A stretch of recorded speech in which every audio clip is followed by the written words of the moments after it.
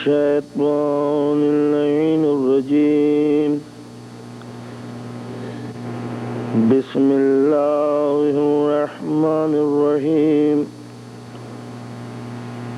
الحمد لله رب العالمين والصلاة والسلام على أشرف الأنبياء والمرسلين سيد الأولين والآخرين شفيع المذنبين وأبي القاسم محمد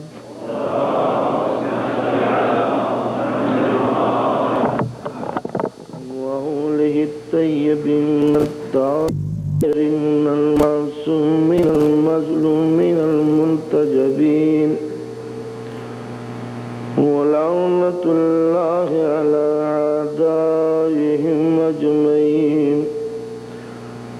أما بعد فقد قال الله تعالى وتبارك في القرآن الحكيم بسم الله الرحمن الرحيم إن الدين عند الله الإسلام. صلوات علی محمد وعلى آله.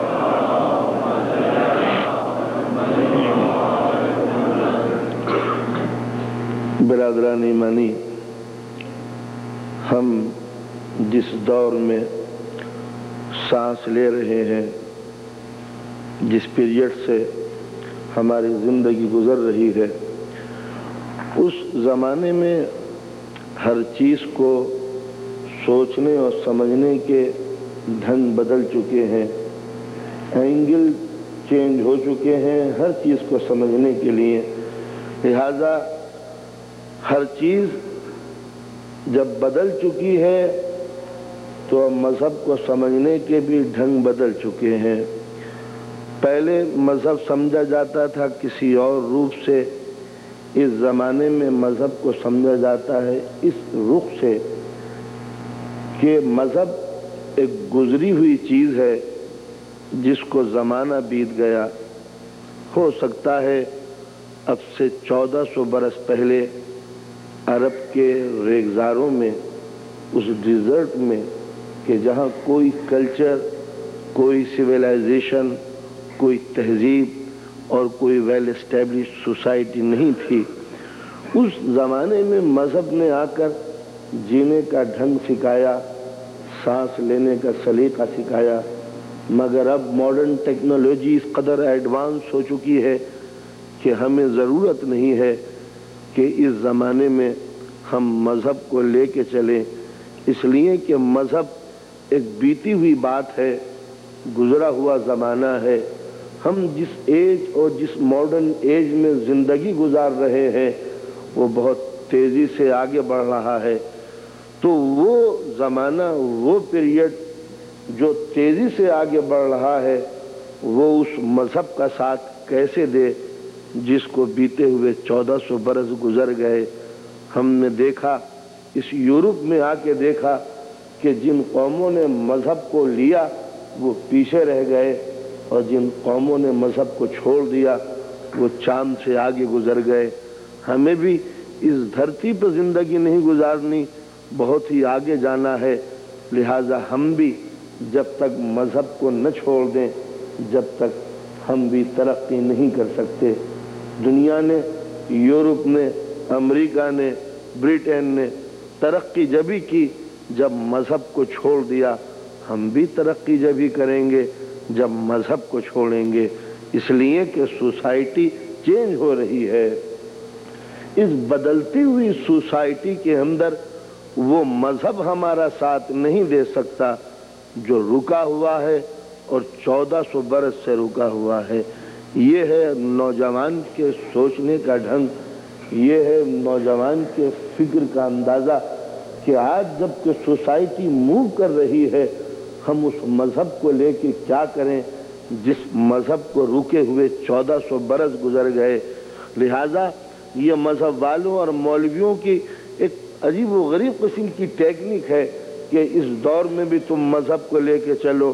ٹھیک ہے، جب تک ہم انڈیا میں رہتے تھے ہم مذہب کو لے کے چلتے تھے، جب تک ہم کاٹھیا واڑ اور گجرات اور یو پی میں حیدرآباد میں تھے ہم مذہبی تھے. افریقہ میں آئے چلیے مذہبی رہ گئے، اور وہاں سے یورپ میں آئے ہیں پھر بھی مذہب ساتھ ساتھ چلا آ رہا ہے۔ تو یہ کوئی ضروری ہے کہ جہاں ہم جائیں پاسپورٹ کی طرح مذہب بھی ہمارے ساتھ ساتھ چلتا چلا جائے؟ ایک منزل تو وہ بھی آنی چاہیے کہ جہاں ان میں اور ہم میں سپریشن ہو جانا چاہیے۔ تو یہ وہ پیریڈ ہے کہ جہاں مذہب کو چھوڑنے کے لیے نوجوان کے پاس اچھی قسم کی لاجک ہے۔ یہ اور بات ہے کہ یہ لاجک فریب نظر کا کام ہے، صرف دماغ کو دھوکہ دینے کے لیے ہے، حقیقت ایسی نہیں۔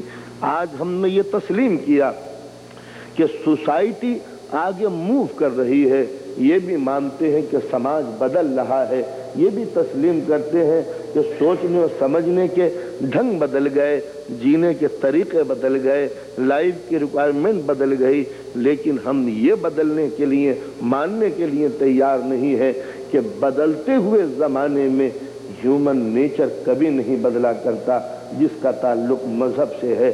آپ سب مل کر مجھے مطمئن کرنے کے لیے اور سمجھانے کے لیے کوشش کریں کہ آج جو یہ تھیوری پیش کی جاتی ہے کہ چونکہ زمانہ بدل رہا ہے لہٰذا مذہب کو یا تو بدل دو یا نہیں تو مذہب کو چھوڑ کے آگے بڑھ جاؤ، سوچنے کی بات یہ ہے انسان اس زمین پر ہزاروں برس سے زندہ ہے مذہب کے اعتبار سے، اور ماڈرن ٹیکنالوجی کے لحاظ سے کروڑوں برس سے اس زمین کے اوپر، اس دھرتی پر لائف پائی جاتی ہے۔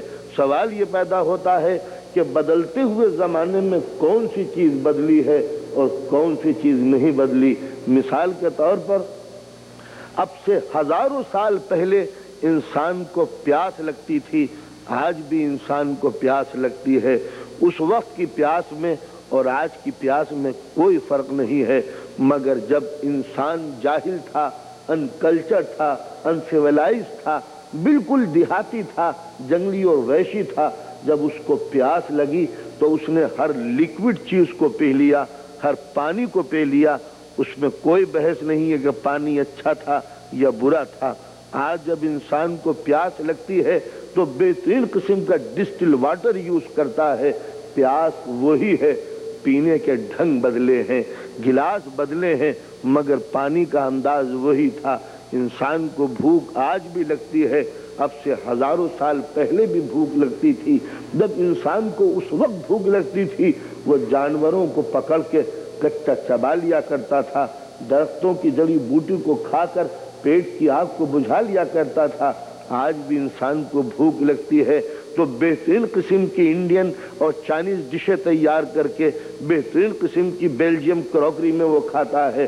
بھوک وہی ہے، کھانے کے انداز بدلے ہیں، یعنی ڈش چینج ہوتی ہے، فش چینج نہیں ہوتی۔ آپ کو یہ غور کرنا ہے کہ انسان کو جسم کو چھپانے کے لیے اسے لباس کی ضرورت تھی۔ انسان چاہتا تھا کہ ڈریس پہنے، کل بھی انسان چاہتا تھا ڈریس کو، آج بھی انسان چاہتا ہے، مگر کل جب انسان نے ڈریس پہننا چاہا تو جانوروں کی کھال سے جسم کو چھپا لیا، پتوں کو لیا، جسم پر مڑھ لیا۔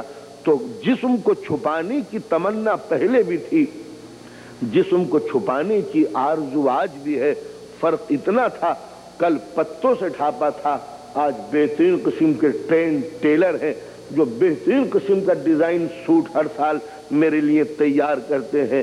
آپ نے دیکھا ہیومن نیچر وہی ہے، جسم کو چھپانے کی تمنا نہیں بدلی، صرف کٹ بدلے ہیں، ڈیزائن بدلی ہے، قینچی کی کاٹ ٹان بدلی ہے، لیکن انداز جسم کو چھپانے کا کبھی نہیں بدلتا۔ انسان کو اپنی لائف کی پرائیویسی کے لیے ایک مکان کی ضرورت تھی جہاں پر وہ زندگی گزار سکے، جہاں اس کی انڈیویجول لائف باقی رہ سکے۔ تو کل انسان نے اپنی اس لائف کی ضرورت کو پورا کرنے کے لیے درختوں کی شاخوں پر زندگی گزاری، زمین کے نیچے غار اور کیو بنا کر زندگی گزاری، پہاڑوں کے دامن میں زندگی گزاری۔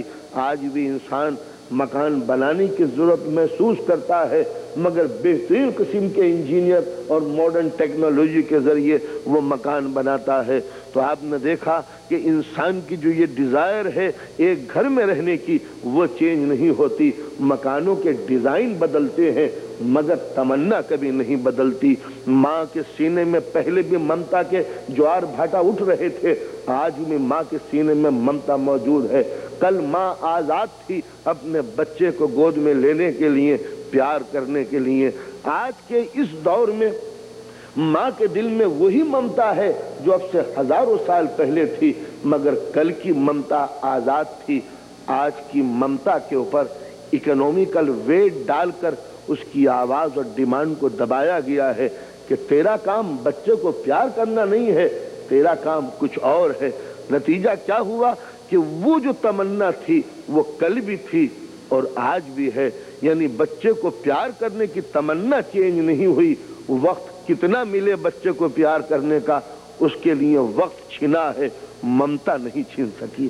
تو آپ نے دیکھا اس بدلتے ہوئے زمانے میں ہر چیز بدل سکتی ہے، مگر ہیومن نیچر کبھی نہیں بدلا کرتا۔ اب سوال یہ پیدا ہوتا ہے، میرا مذہب ہیومن نیچر کو چینج کرنے کے لیے آیا ہے یا انسان کا نیچر جب اپنے ٹریک اور بارڈر کو کراس کر لیتا ہے تو اس کو اب منزل پر رکھنے کے لیے آیا ہے؟ تو اسلام وہ مذہب نہیں جو انسانی نیچر سے جنگ کرنا چاہتا ہو، اسلام وہ مذہب نہیں جو روح کے مطالبات کو دبانے آیا ہو، اسلام وہ حکم نہیں جو انسانی خواہشات کو ختم کرنے کے لیے آیا ہو۔